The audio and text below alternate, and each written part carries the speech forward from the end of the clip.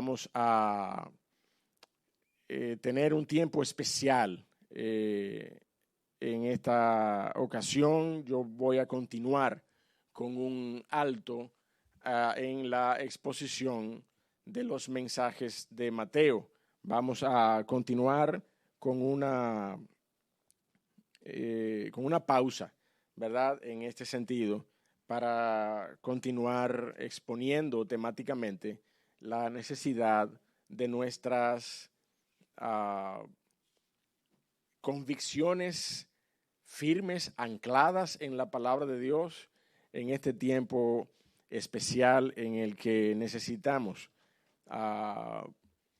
superar una serie de incertidumbres, superar una serie de dudas. Usted se acuerda que el domingo pasado nosotros hablamos de esa crisis de confianza. ¿Se acuerda usted de eso? Y titulábamos nuestro mensaje el domingo pasado, un asunto de confianza, justamente por eso, por la necesidad que tenemos de superar todo tipo de crisis, de dudas relacionadas con nuestro retorno a la normalidad, a nuestros servicios, a nuestras labores, a nuestros trabajos.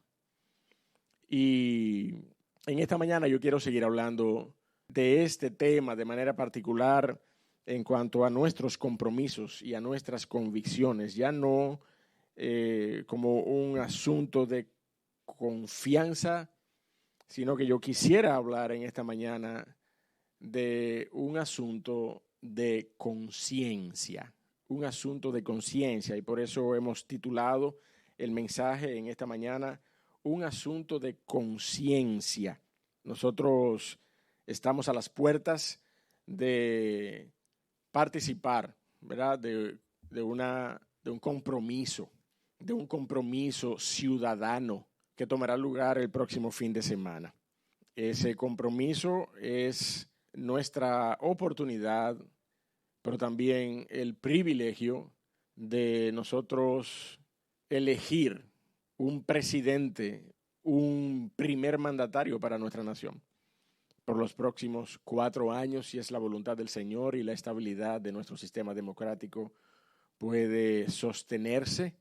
Es nuestra oración que así sea, porque la palabra de Dios nos manda a eso, a que podamos orar por todos los que están en eminencia para que vivamos, como dice la Biblia, quieta y reposadamente.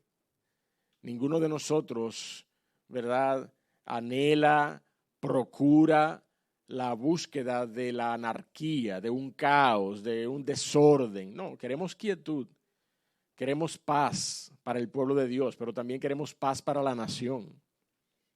Queremos paz. Entre muchas otras cosas, mis amados hermanos, para poder predicar libremente el Evangelio de Cristo, para poder salir por las calles con nuestros tratados y con nuestras Biblias, para poder predicar el Evangelio del reino de los cielos. De manera que es importante que nosotros entendamos el compromiso que nosotros tenemos este domingo que viene, no solamente como ciudadanos, sino como cristianos.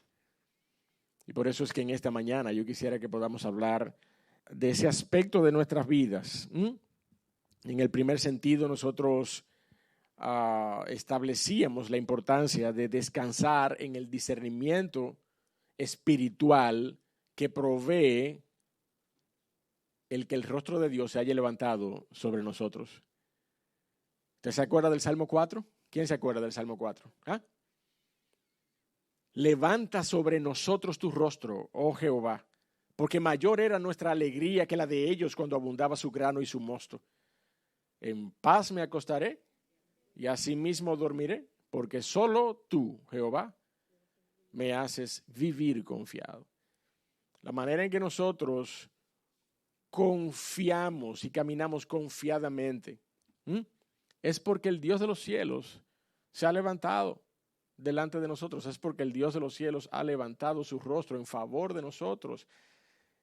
Y ese rostro del Dios de los cielos ilumina su gracia sobre nosotros por medio de Cristo. Y ese resplandor es el que por medio de Cristo nos trae la sabiduría y el discernimiento de lo alto. Es esa dádiva maravillosa del Espíritu de gracia, del Espíritu Santo, que nos capacita con un discernimiento espiritual que solamente tiene el que ha sido regenerado por Cristo. El hombre espiritual, el hombre natural no entiende muchas cosas. El hombre espiritual, por la gracia de Dios, entiende, ¿verdad?, lo que antes de Cristo no podía entender. Entonces es por esto, mi amado hermano, que nosotros el domingo pasado hablábamos de un asunto de confianza, pero hoy hablamos de un asunto de conciencia. Y yo quiero que usted vaya conmigo a Romanos capítulo 13. Romanos capítulo 13. Para que busquemos una porción de la palabra de Dios allí y podamos leer, podamos mantenernos en un contexto fundamental para el cristiano que está planteado por el Espíritu de Dios a través del apóstol Pablo aquí en esta epístola a los romanos en el capítulo 13, y es el concepto, es el principio de que toda autoridad está establecida por Dios. Toda autoridad sobre nuestras vidas ha sido establecida por Dios. No hay una sola autoridad que no sea de parte de Dios, dice la palabra. Vamos a analizar la dimensión de esta porción y hasta dónde nos lleva, hasta dónde nos compromete de cara, ¿verdad?, a los comicios que serán celebrados. Y nosotros como cristianos, ¿cómo debemos entender nuestro compromiso? ¿Cómo debemos entender nuestro compromiso de cara a esa cita cívica que tenemos el domingo que viene como ciudadanos? De eso vamos a hablar en esta mañana. Romanos capítulo número 13, versos 1 al 5. Dice la palabra de Dios allí: sométase toda persona a las autoridades superiores, porque no hay autoridad sino de parte de Dios. Y las que hay, por si acaso, tú tienes dudas de lo que ya se dijo, no hay autoridad sino de parte de Dios. Y las que hay ya, por Dios, han sido establecidas. No solamente las que puedan venir, sino las que hay, dice la palabra de Dios. Por Dios han sido establecidas. Verso 2. De modo que quien se opone a la autoridad, a lo establecido por Dios, resiste. Y los que resisten acarrean condenación para sí mismos. Porque los magistrados no están para infundir temor al que hace el bien, sino al malo. ¿Quieres, pues, no temer la autoridad? Haz lo bueno y tendrás alabanza de ella, porque es servidor de Dios para tu bien. Pero si haces lo malo, teme, porque no en vano lleva la espada, pues es servidor de Dios, vengador para castigar al que hace lo malo. Por lo cual es necesario estarle sujetos, no solamente por razón del castigo, sino también por causa de la conciencia. Por causa de la conciencia. Padre, gracias por la oportunidad de acercarnos a tu palabra en esta mañana, de hacerlo, Señor, con un espíritu dispuesto. Ayúdanos, oh Señor, a tener un espíritu dispuesto, un espíritu enseñable. Ayúdanos a despojarnos de toda soberbia, de toda prudencia o sabiduría propia, oh Señor. Ayúdanos a someternos al principio de tu palabra. Guarda nuestros corazones en medio de esta exposición, oh Señor, para que seamos guardados de ser sobrecogidos, oh Señor, de rebeldías en nuestros corazones, de incertidumbres, de inquietudes, de escepticismos. Danos un espíritu oh Señor, enseñable, un espíritu manso, un espíritu humilde, un espíritu caracterizado por el fruto de tu Santo Espíritu. Te lo rogamos por Cristo Jesús. Amén. Se le atribuye a Franklin Delano Roosevelt una frase de un discurso que él dio en 1945 y es una frase que se ha utilizado en muchísimos escenarios, ¿verdad? Hasta en el cine se ha utilizado con personajes, con diversidad de escenarios, características y superhéroes y de todo tipo de aplicaciones. Y esa frase dice: un gran poder involucra una gran responsabilidad. Un gran poder involucra una gran responsabilidad. Yo he escuchado esa frase también con variantes, diferentes variantes. He escuchado un gran privilegio, también involucra una gran responsabilidad. Como verá, a estos jóvenes que se gradúan de la universidad, ¿verdad? Y ponen en sus manos un carro nuevo. ¿Usted me está entendiendo? Un gran privilegio, pero una gran responsabilidad al mismo tiempo, ¿sí o no? Un gran privilegio, un carro 0 kilómetros, ¿verdad? Pero una gran responsabilidad. Y ese principio pragmático por demás define de una manera muy acertada, ¿verdad?, lo que sucede, mi amado hermano, con el privilegio y, ¿por qué no?, con el poder que tenemos como nación para ejercer nuestro derecho al voto. No es el ciudadano de toda nación que tiene la capacidad, que tiene la libertad, que tiene el poder de elegir a sus gobernantes.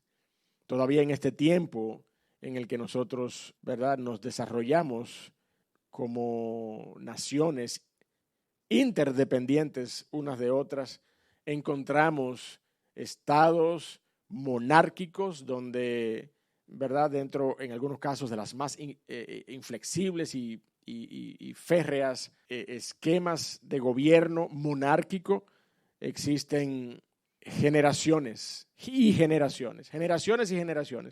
de personas que no son elegidas por el pueblo, que simplemente, ¿verdad?, se declaran a sí mismas, o la tradición o la historia les ha declarado como de sangre azul, como de la realeza, ¿verdad que sí?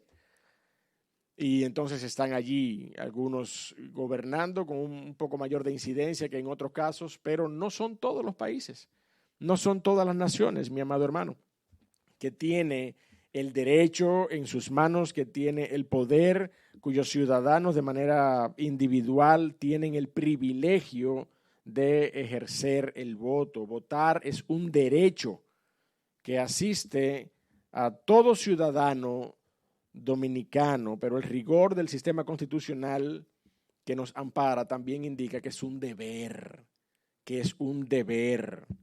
para lograr la continuidad de ese Estado de Derecho al que todos aspiramos. Ninguno de nosotros quiere un Estado anárquico, todos queremos un Estado de Derecho, donde sean respetadas mis decisiones, donde sean respetados mis derechos y donde yo también esté normalizado, pautado por una serie de regulaciones que me lleven a respetar el derecho de los demás. Todos queremos vivir en un Estado así. Todos queremos vivir en una nación donde se respeten las normas y donde se respeten los derechos. La única vía que en nuestros esquemas, ¿verdad?, de gobierno que hemos sabido vivir en los años que tenemos como república, desde el 1844 hasta la fecha, ¿verdad?, es un Estado de derecho donde el ciudadano tiene el derecho, el privilegio, pero también tiene el deber de votar. En nuestra Constitución, en el artículo 75 de nuestra Constitución, un artículo que está dedicado a deberes fundamentales. Deberes fundamentales. Allí en el artículo 75, en el numeral 2, se consigna ese deber fundamental del ciudadano. Y dice literalmente, votar siempre que se está legalmente hábil para hacerlo es un deber ciudadano que constituye una responsabilidad jurídica y moral que obliga la conducta del hombre y la mujer en sociedad. Entonces, yo no sé si a usted esas palabras, deber, responsabilidad, obligación, le dicen algo. Pero a mí me dicen que yo tengo que ir a votar. ¿Usted me está entendiendo? A mí eso me dice que yo tengo que ejercer mi privilegio, mi derecho, pero también es un deber ante la Constitución de la nación. De manera que no estamos hablando de algo ligero, no estamos hablando de algo, ¿verdad?, en términos reales, aunque no hay una consecuencia penal, ¿verdad? Yo no sé ahora, realmente ignoro el estado actual de las consecuencias concretas, pero antes habían consecuencias concretas si tú no podías presentar en tu cédula un sellito de que tú habías votado. Antes, cuando nuestras cédulas eran un librito de papel, antes habían consecuencias, mis amados, directas, concretas, y hasta a los nuevos votantes se nos amedrentaba, se nos metía cierto nivel de cuco, ¿verdad? Nuestros padres, no, tienes que votar porque si no después no puede cambiar un cheque, no puede hacer esto, no puede hacer lo otro, no puede ir a un sitio. ¿No? Bueno, pues mire, ya hoy yo no sé si esas consecuencias concretas todavía están vigentes. En otros países, me refiero aquí al nuestro, ¿no?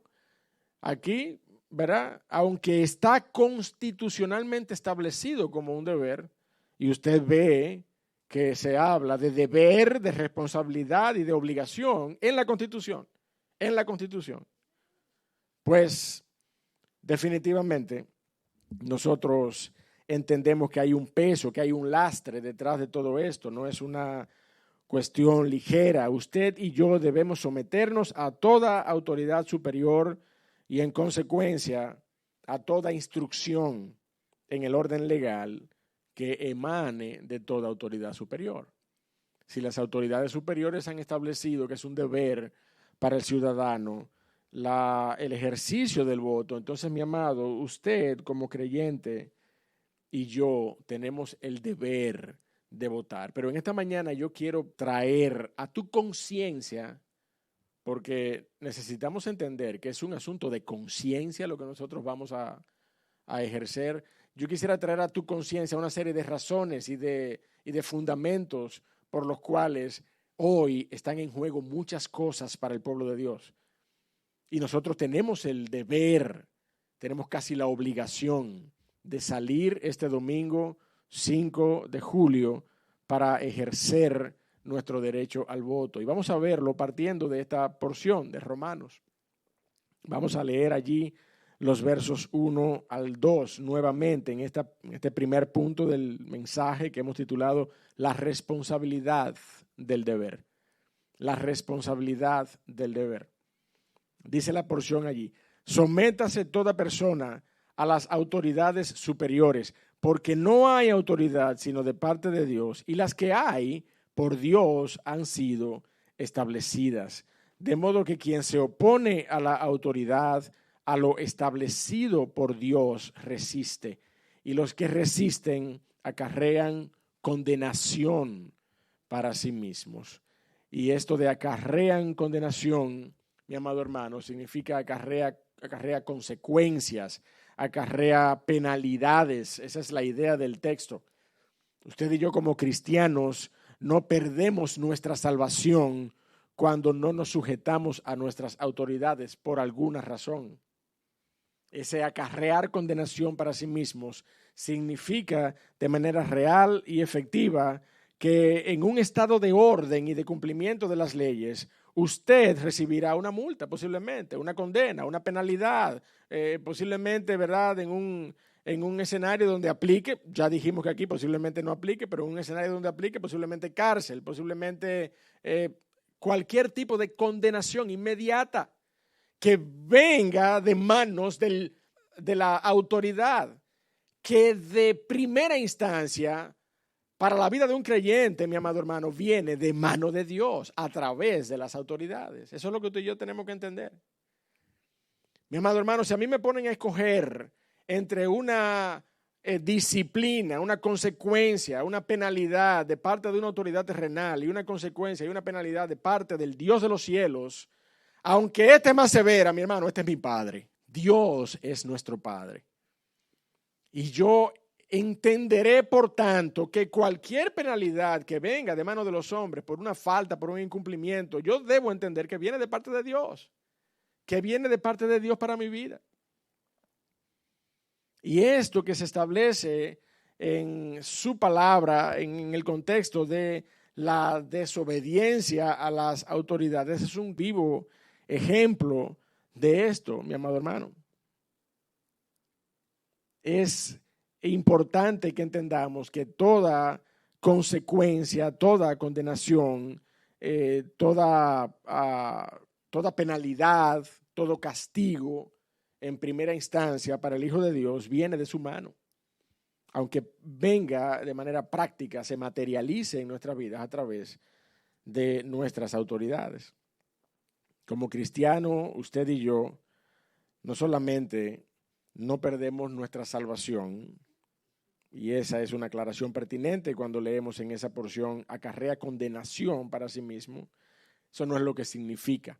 Pero también es necesario aclarar que como cristianos usted y yo no podemos oponernos a este ejercicio público de derecho cívico que será celebrado prontamente en nuestro país. No podemos oponernos al voto.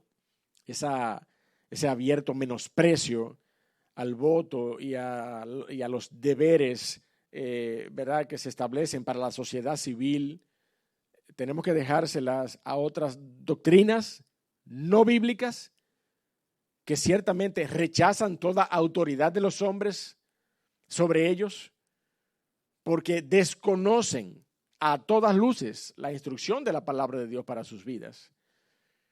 Y es importante que nosotros entendamos, ¿verdad?, que si usted y yo queremos vivir bajo el amparo de la instrucción bíblica para nuestras vidas, no bajo la dirección humanista o emocional, ¿verdad?, de nuestras propias prudencias.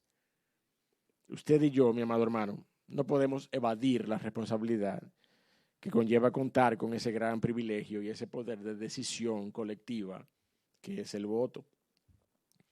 El mismo apóstol Pablo, mi amado hermano, instruía a su hijo en la fe, a Tito, con respecto al sometimiento a las autoridades. No solamente lo hizo aquí, a la iglesia en general, en Roma, pero también de manera particular a pastores, a ministros de la palabra de Dios que él establecía sobre las iglesias.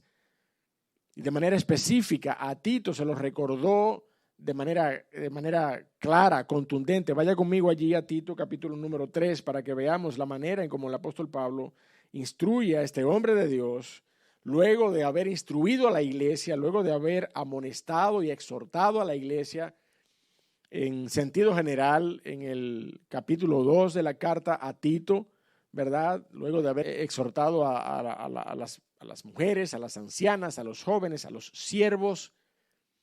Al final del capítulo 2, en el verso 15, ¿verdad?, habla de todo ese pueblo de Dios redimido de toda iniquidad para ser purificado como pueblo de Dios, celoso de buenas obras.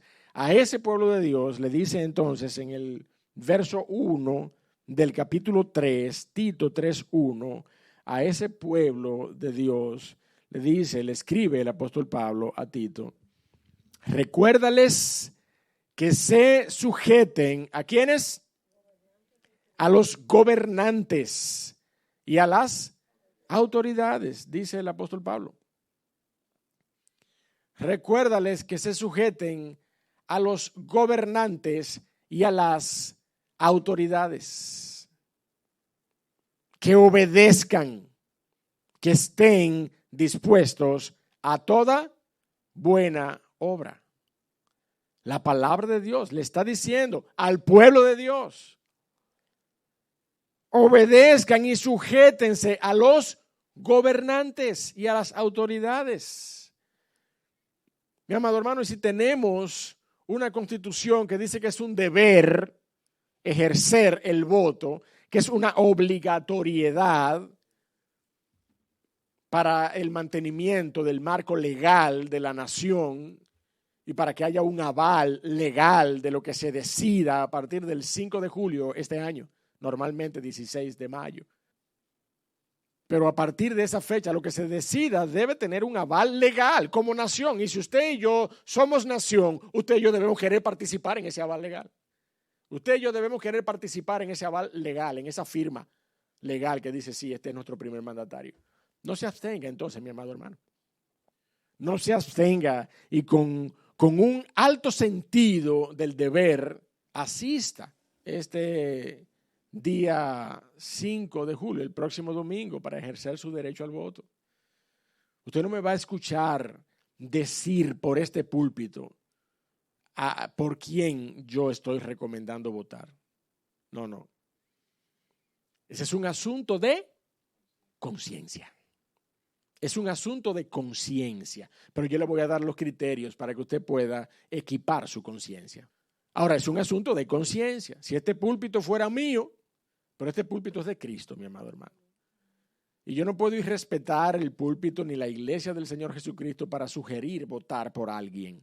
Yo lo que sí puedo y voy a hacer en esta mañana, en estos 20 minutos, media hora que nos queda, no más, tratar de equipar su conciencia con los principios acerca de qué es lo que está en juego en nuestra nación, para que usted entienda la gravedad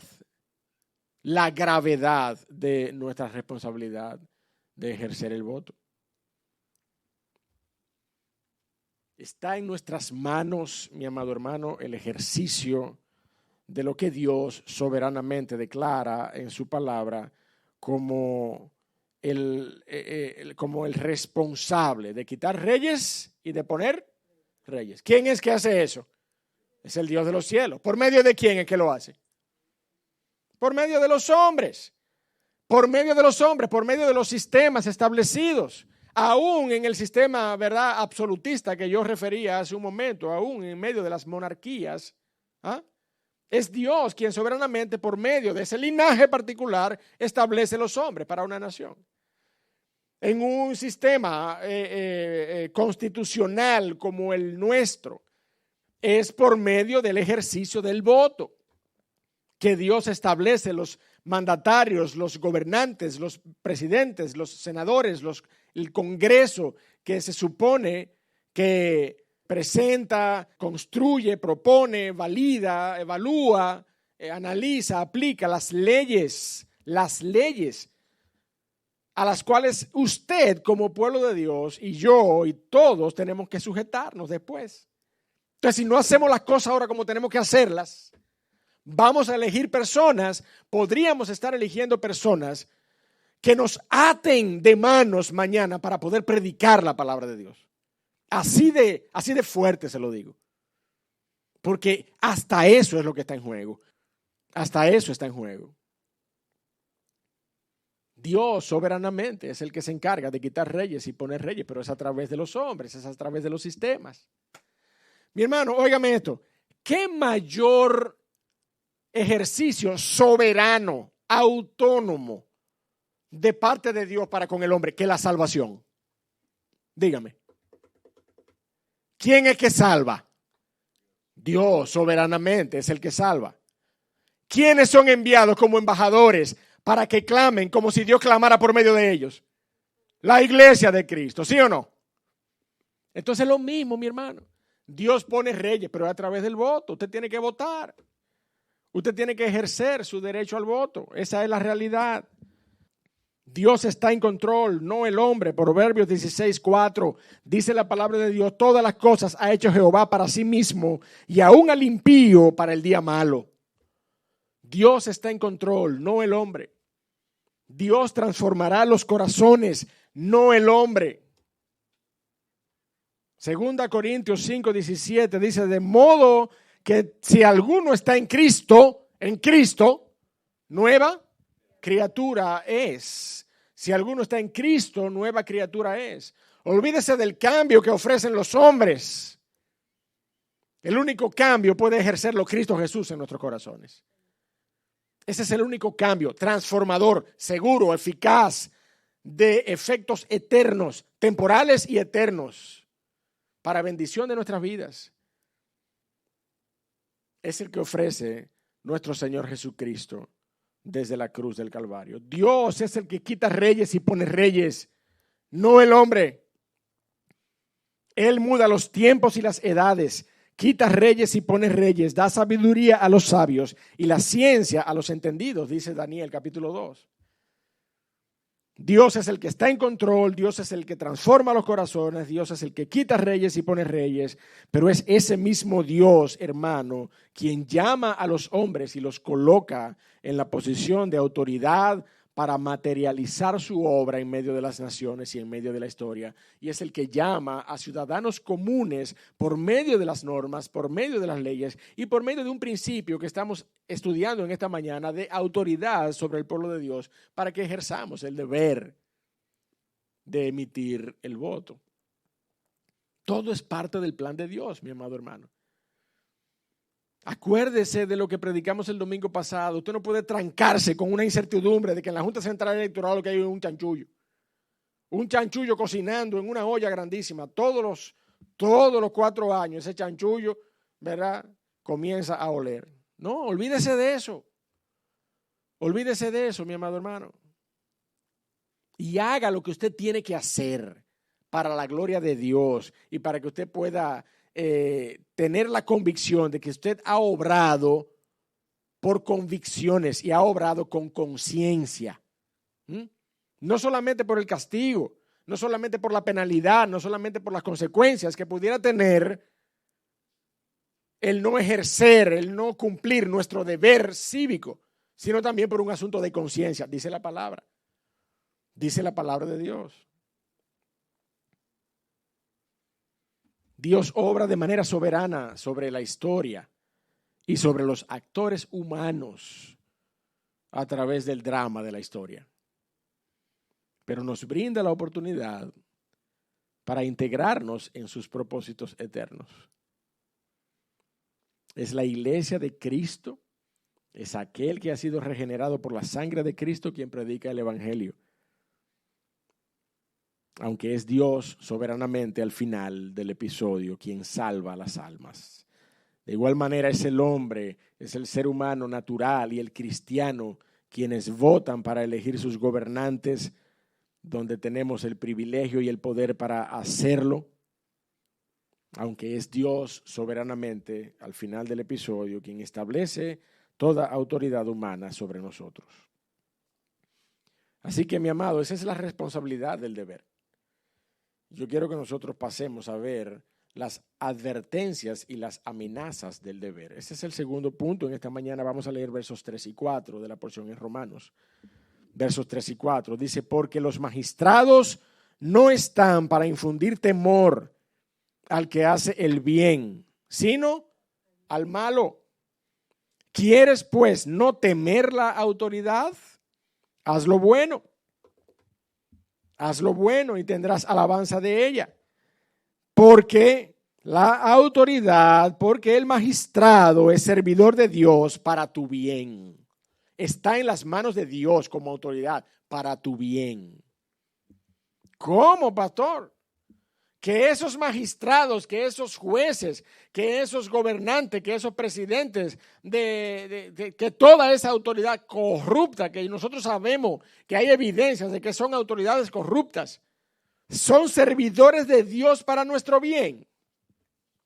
Mi hermano, mire, si usted y yo creemos que todas las cosas ayudan a bien a los que aman a Dios, entonces cualquier sátrapa, cualquier tirano, cualquier Nabucodonosor, cualquier Ciro de Persia, cualquiera de esos gobernantes, cualquier gobernante, por más corrupto que sea, y me pica la lengua, quisiera decir 2 o 3 contemporáneos, pero cualquiera de ellos, dice la palabra de Dios, que está en las manos de Dios.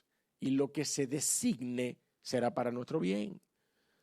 Será para nuestro bien, mi amado hermano, porque todo lo que Dios obra es para el bien de su pueblo, dice la palabra de Dios. Todo lo que Dios obra es para bien de su pueblo, mi amado hermano.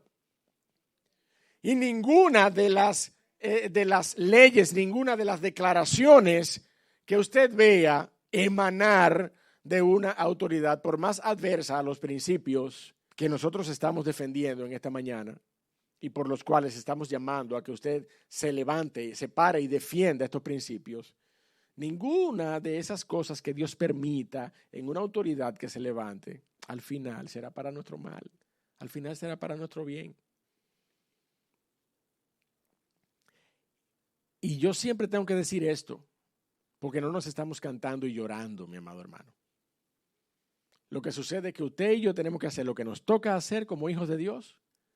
Y Dios soberanamente, inescrutablemente, hará lo que Él va a hacer a través de hombres que posiblemente no tengan la mejor intención para con su pueblo.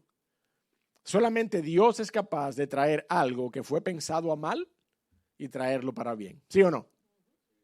Solo Dios puede hacerlo. Pero lo que a usted y a mí respecta, usted y yo hoy tenemos que levantarnos y defender los principios bíblicos que tenemos que defender. Esa es la realidad. El ejercicio bíblico de un magistrado que no infunde terror, ni amedrenta, ni amenaza, queriendo coartar la libertad de conciencia para ejercer el voto, nos parece lejano. Y nos parece ajeno a nuestra propia realidad, sobre todo sabiendo que aquí hasta se publican amenazas. Cuidado, si usted vota por otra gente que va a perder su empleo.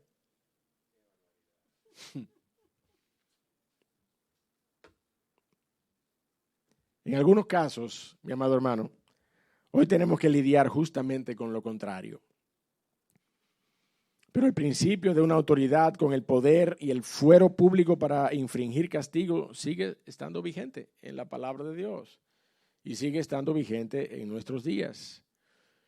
Ya sea que nos dirijan las mismas autoridades o autoridades diferentes a partir del 5 de julio, el juicio que cualquiera de ellas emita sobre los males de la nación proviene de Jehová, dice la palabra de Dios. Acompáñenme a Proverbios capítulo 29 para que usted lo vea claramente allí. Proverbios capítulo número 29, verso 26. Proverbios 29, 26. Dice la palabra de Dios allí. Muchos buscan el favor del príncipe. En otras traducciones se lee, muchos buscan el parecer, el rostro del príncipe, el favor del príncipe. Pero de Jehová viene el juicio de cada uno. Es de Jehová que proviene, es de Jehová, Dios de los cielos, que emana el juicio sobre cada uno de nosotros, mi amado hermano. Esa es la verdad bíblica. Aunque usted y yo nos esforcemos por ir a buscar un veredicto delante de alguien que tiene autoridad, al final es de Jehová que proviene la sentencia. Entonces, mi hermano, mire, no solo debemos evitar con sabiduría y con paciencia el escenario donde somos amenazados por los hombres, porque la palabra también dice que con larga paciencia se aplaca el príncipe y la lengua blanda quebranta los huesos, sino que también debemos evitar ser tentados a comprometernos con los hombres al ejercer el voto. El compromiso de usted y mío no es con los hombres, mi hermano.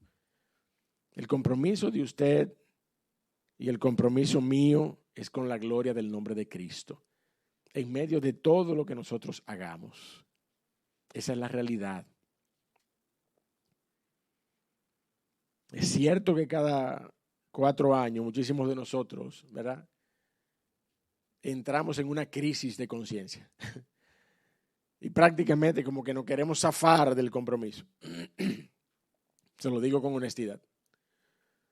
Pero la realidad, mi amado hermano, es que nosotros estamos llamados por la palabra de Dios a someternos a nuestras autoridades y ejercer el deber que nos compete ejercer. Finalmente, en este punto, mi amado hermano, no solamente, ¿verdad?, debemos ejercer un principio de sometimiento a la autoridad que rige sobre nuestras vidas, sabiendo que esa autoridad tiene el aval, tiene el fuero en sus manos para infringir castigo, pero debemos evitar ser tentados a comprometernos con los hombres al ejercer el voto. Y finalmente, mis hermanos, debemos evitar la tentación de comprometernos con las estadísticas al ejercer el voto. Tengo muchas personas, ¿verdad?, alrededor mío que me han dicho, bueno, pero pastor, es que ahí no hay oportunidad. En ese candidato no hay oportunidad. La oportunidad solamente gravita alrededor de 2 o 3 personas, tal vez. A lo mejor una coyunturalmente, por ahí un tercero. Pero son 2 personas nada más, pastor. Bueno, mire, mi hermano, tenga cuidado con la tentación que representa llevarnos de las estadísticas para ejercer nuestro derecho y nuestro deber al voto. Tenga cuidado. Porque si ninguno de los candidatos que debaten en la arena electoral en este momento plantean los niveles mínimos de garantías para los principios bíblicos que queremos defender, entonces usted y yo debemos ser más sabios que lo que las estadísticas nos dicen, que lo que las encuestas nos dicen. Yo no sé cómo está la confianza suya en las encuestas, pero la realidad es que tenemos que tener cuidado. Tenemos que tener cuidado y debemos evitar la tentación de comprometernos con esos datos particulares. De hecho, la palabra de Dios tiene hasta un principio bíblico acerca de las encuestas. Vaya conmigo a Proverbios capítulo 14 para que usted vea lo que dice la palabra de Dios con respecto a las encuestas y a lo que provocan las encuestas en los candidatos. Proverbios capítulo número 14, verso 28, ¿qué dice la Biblia allí? En la multitud del pueblo está la gloria del rey. Cuando hay mucha gente, ahí está contento. Ahí está contento. Cuando la encuesta dice que es por encima de un 50, ahí está contento el rey. Pero ¿qué dice? Y en la falta de pueblo está la debilidad del príncipe. En la multitud del pueblo está la gloria del rey y en la falta de pueblo la debilidad del príncipe. De manera que cada uno de ellos, gobernantes, personas en autoridad, en algún momento descansan en el nivel de arraigo que puedan tener en la nación. Por eso es que muchos en la historia incluso dispusieron sus corazones para censar al pueblo. Y esto fue mal visto de parte de Dios. David censó al pueblo de Israel en un momento dado en que no le había sido dado el censar a la nación, pues corría el riesgo de descansar su confianza, de poner carne por su brazo, como dice el libro de Ezequiel, que lo leímos el domingo pasado. Entonces, mi amado hermano, mire, si usted está descansando en las posibilidades de un candidato, sin tomar en cuenta el compromiso de ese candidato con los principios bíblicos que están en juego en este tiempo, estamos literalmente negociando nuestros principios al mejor postor. Eso es lo que estamos haciendo. Finalmente, mi amado hermano, para terminar, yo quisiera hablar, partiendo del verso 5, acerca de la conciencia del deber. La conciencia del deber. Hablamos de la responsabilidad del deber, hablamos de las advertencias y las amenazas del deber. Y yo quisiera que habláramos de la conciencia del deber. Verso 5. Por lo cual, Romanos capítulo número 13, por lo cual es necesario estarle sujetos, no solamente por razón del castigo que pudiera haber, sino también por causa de la conciencia. Aun cuando no se penalice la abstención en nuestro país, hay demasiado en juego, mi amado hermano, como para votar sin la conciencia requerida. Y usted y yo estamos llamados a votar con un suficiente anclaje en nuestros principios bíblicos. ¿Entiende usted las implicaciones de votar por un gobernante o legislador que no vele por la protección del derecho a la vida desde la concepción? ¿Usted entiende las implicaciones de esto? ¿Conoce usted las implicaciones y la respuesta bíblica para el argumento del aborto basado en las tres causales? ¿Sabe usted cuáles son las tres causales que el gobierno está queriendo argumentar para despenalizar el aborto? Mi hermano, usted y yo tenemos que manejar ese tipo de datos, por lo menos mínimamente. Vaya a la prensa o vaya a internet y conéctese y busque aborto, tres causales, a ver qué es lo que dice la información. Porque usted y yo tenemos que estar apercibidos de qué es lo que está en juego, qué cosas son las que están en juego para el pueblo de Dios y para la nación en sentido general. Los gobernantes alegan, y no nos vamos a desviar sobre este tema, pero los gobernantes alegan preservación de la vida de la mujer, malformación fetal o incesto y violación. Incesto y violación, una de las dos. Esas son las tres causales sobre las cuales se quiere defender el derecho sobre el aborto. Y no la iglesia, no. Médicos, la comunidad científica se ha levantado y ha dicho, no, eso es disparate, eso no es verdad. Ninguna de las tres causales justifica el abortar una vida. Médicos han dicho esto. Médicos no cristianos, médicos científicos se han levantado, tienen más de 5 años levantándose en el Congreso y yendo a vistas públicas. Y hay una revisión del Código Penal que está detenida por esa causa. Y desde que usted oiga que se va a hablar de la revisión del Código Penal, puede escribirlo, es buscando despenalizar el aborto que están. Mi amado hermano, si nosotros hoy sabemos las implicaciones del asesinato, del homicidio, de criaturas, de personas, de seres humanos que han comenzado a formarse por la gracia y la soberanía de Dios en el vientre de las madres.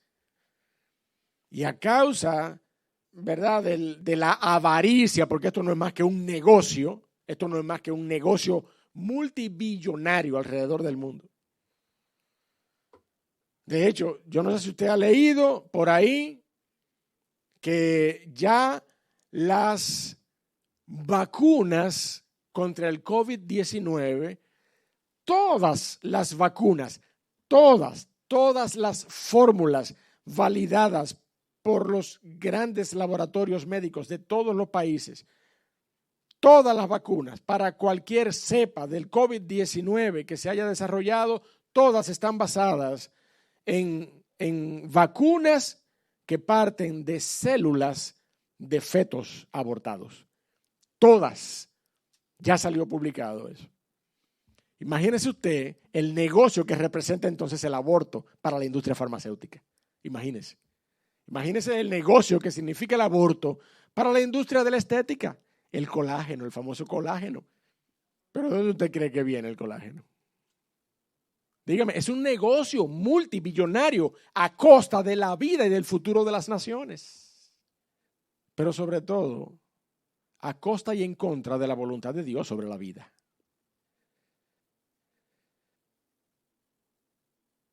¿Entiende usted las implicaciones de votar por un gobernante o legislador que no vele por el cumplimiento de una ley que garantiza la exposición de la palabra de Dios en el proceso de formación académica y del carácter de nuestros estudiantes, de nuestros jóvenes, de nuestros niños? La ley 4400 fue emitida en el año 2000. Fue sancionada positivamente, validada, aprobada pero nunca se ha puesto en aplicación. La ley que establece la lectura de la Biblia en las escuelas públicas.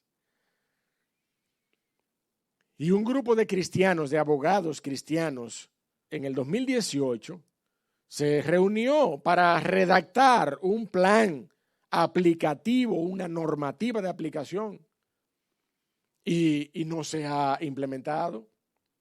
No se ha implementado porque se alega de todo tipo de argumentos. Y mi hermano, la realidad es, sobre todas las cosas, que el mundo, la nación, las personas, las sociedades necesitan el consejo de Dios. ¿Usted me está entendiendo? Necesitan la palabra de Dios.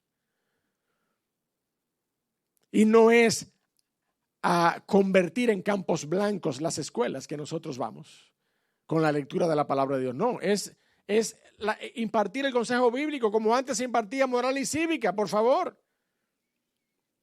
Compartir la palabra de Dios en las escuelas, el derecho que tenemos de hacer eso es lo que se busca, no la imposición, no la obligación, porque esas normas aplicativas de la ley 4400 también establecen que no es obligado, que las familias y los padres que no quieran solamente tienen que establecerlo por escrito en las escuelas y sus hijos pueden estar exonerados de esa exposición bíblica.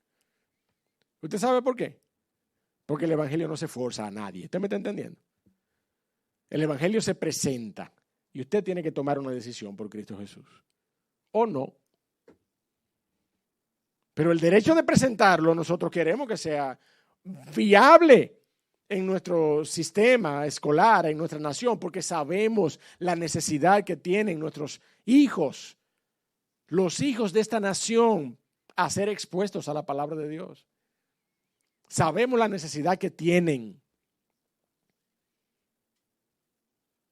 Por eso es que para Iglesia Bautista Trinidad siempre ha sido de tanta bendición la oportunidad que nosotros tenemos ahí en esa escuela, que el Señor nos ha abierto puertas allí en esa escuela. Y que este año, mi amado hermano, que no se pudo hacer lo que por 3 años hemos venido haciendo, este iba a ser el 4º año consecutivo. Este año ellos me llamaron y me dijeron: pastor, háganos un videíto, háganos una carta explicando que ustedes no van a poder venir, estamos destrozados por esta situación. Y procedimos en ese aspecto y nos comunicamos con la directora de la escuela. Pero mire, hermano, esa es una puerta de bendición para la iglesia. ¿Usted me entiende? Esa es una puerta de bendición para Iglesia Bautista Trinidad. Entonces no es posible que nosotros tengamos una ley que nos prohíba llevar la Biblia a las escuelas. O que en la otra cara de la moneda no se valide una ley que lo permita. Usted y yo debemos entender las implicaciones que significa votar por un gobernante o legislador que no vele por el mantenimiento de las diferencias fundamentales entre un hombre y una mujer para el vínculo del matrimonio. Esas implicaciones de aceptar y fomentar la ideología de género por parte del Estado, sobre todo también en las escuelas. Usted sabe lo que eso implica. Déjeme decirle, estas son las cosas que están en juego. Y si nosotros no nos levantamos, mi amado hermano, en materia de defender estos principios, mañana yo no voy a poder pararme aquí. Mañana yo no voy a poder pararme aquí a predicar en contra de la ideología de género, en contra del homosexualismo, en contra del matrimonio en el mismo sexo, personas del mismo sexo. No voy a poder pronunciarme en contra del aborto, no voy a poder pronunciarme en contra de... No voy a poder hacer el ejercicio evangelístico que hacemos, no vamos a poder hacer nada de eso. Por eso es que necesito asumir el compromiso de votar por aquellos que declarativamente han dicho que se comprometen con estos principios. ¿Usted me está entendiendo ya cuál es el asunto de conciencia que debe movernos para votar el día 5? Es un asunto de conciencia que está matizado por estos principios que están en riesgo. Conclusión, mi hermano. El amor de Dios por su pueblo se manifiesta por medio de la participación que Él nos permite en sus planes y propósitos. Si creemos lo que la Biblia dice acerca de las autoridades, que no hay autoridad sino de parte de Dios y las que hay por Dios han sido establecidas, entonces nosotros entendemos que sin importar el resultado del ejercicio del voto, Dios se asegurará de designar autoridades sobre esta nación a partir del 5 de julio. Y Dios se asegurará establecerlas a partir del 16 de agosto. Dios se asegurará de ello. Si usted no tiene una conciencia capaz de comprometerse con principios bíblicos, entonces vote por quien usted considere. Si usted no tiene una conciencia capaz de velar y defender estos principios bíblicos que están en juego hoy, vote por quien le asegure su ingreso, ¿verdad? Por una contrata que usted tiene con el gobierno. Vote por ese criterio. Pero usted no podrá decir honestamente que usted está en el centro de la voluntad de Dios para su vida, en el centro del plan de Dios y de la voluntad de Dios para que el reino de los cielos se establezca en medio de nosotros. Porque usted está obrando conforme a su voluntad, a su propia voluntad y a sus propios intereses, no a la voluntad de Dios.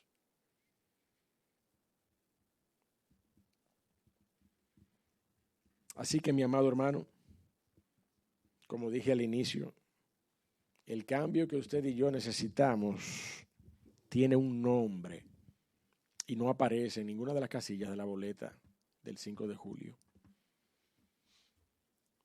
El cambio que usted y yo necesitamos es Cristo. Y necesitamos venir a los pies de Él para hacer conciencia, para reflexionar acerca de este deber. Necesitamos hacer conciencia para reflexionar acerca de la necesidad de empoderarnos de la decisión, por mínima que parezca, que a mí me compete como ciudadano de esta nación para yo ir y ejercer el voto.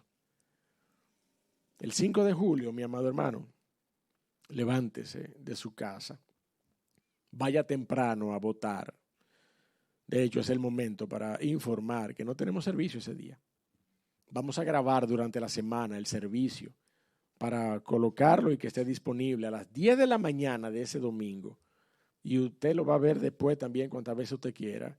No vamos a estar aquí el domingo 5 de julio, pero haremos el esfuerzo para que la palabra de Dios sea predicada en su momento oportuno. Usted y yo tenemos que levantarnos para votar ese día, porque necesitamos defender los principios y la palabra de Dios. Amén. Dios y Padre, queremos darte gracias en esta mañana, queremos que tu nombre sea exaltado en medio de nosotros, en medio de la iglesia, pero también queremos, oh Señor, que tu Espíritu nos ayude a someternos a nuestras autoridades superiores que han dictaminado la responsabilidad, la obligatoriedad, el deber de ejercer el sufragio para elegir las autoridades de la nación.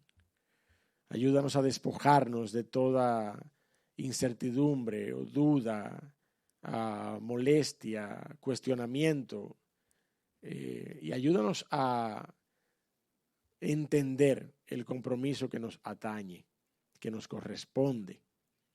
Ayúdanos, oh Dios del cielo, a ejercerlo de una manera